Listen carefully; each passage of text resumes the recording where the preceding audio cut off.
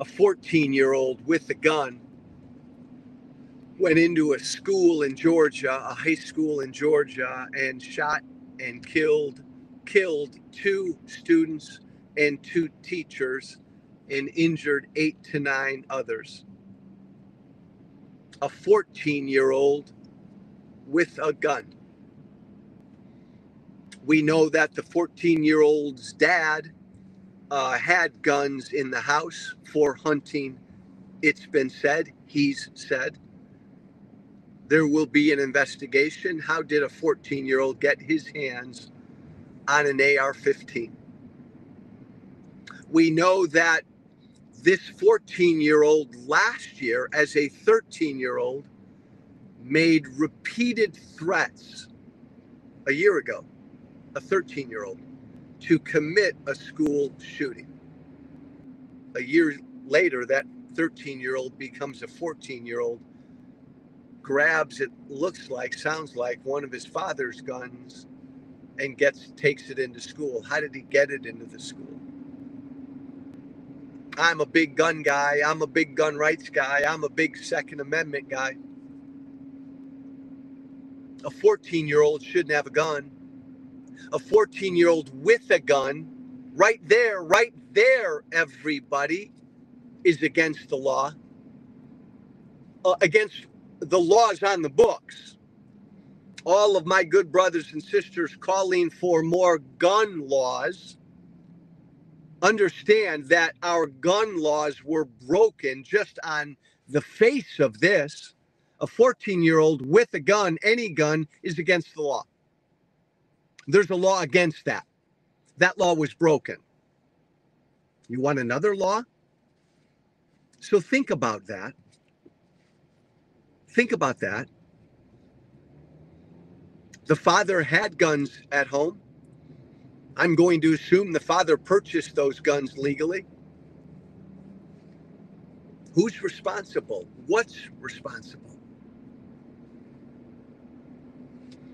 I would think even all of my fellow gun rights folks listening to me right now, my fellow Second Amendment advocates listening to me right now, would agree with me that a 14-year-old shouldn't have a gun. Something went wrong. I want to be careful not to blame the gun. I want to be careful not to scream, oh, it's all about access to guns and we need more gun laws when we don't know the facts. We all agree, all of us across the spectrum, from hardcore gun rights folks like me to hardcore gun safety folks like my good friend Fred Gutenberg, who I will be with next week in Washington, D.C., at the Johns Hopkins Bloomberg Center for Public Policy. Fred Gutenberg is a solid gun safety guy. Fred Gutenberg, I guarantee you right now, is saying we got to ban the AR-15. We need more gun control laws.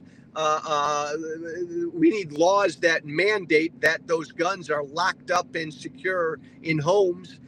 Fred and I will disagree on this stuff, but we're going to sit down next week and we'll have a respectful conversation. The point now is until we know the facts, none of us want a 14-year-old to have a gun in his hands. And none of us want shootings at schools, shootings anywhere.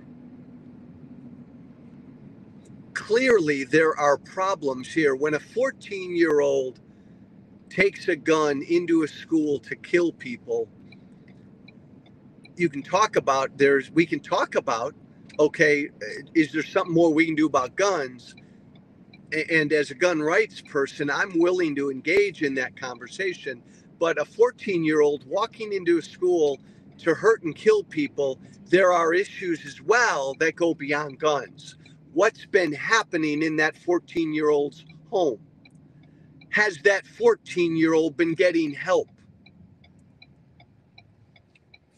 Why didn't the authorities do anything a year ago? Were there other incidents within the past year? Just the point being, there are other issues besides strictly the focus on the gun. That's all. The social contract is about having these conversations respectfully, listening to each other. Not, this happens again, another horrific school shooting, and right away we go to our separate sides, and right away one side says, damn it, it's the guns, ban the AR-15, get rid of guns, it's all about easy access to guns. And the other side right away says, don't even talk about the gun. Don't even talk about an AR-15. Don't even look there. It's everything else but the gun.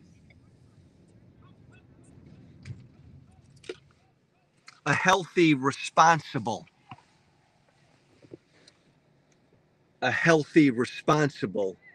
society will say, let's look at everything. Let's listen to each other.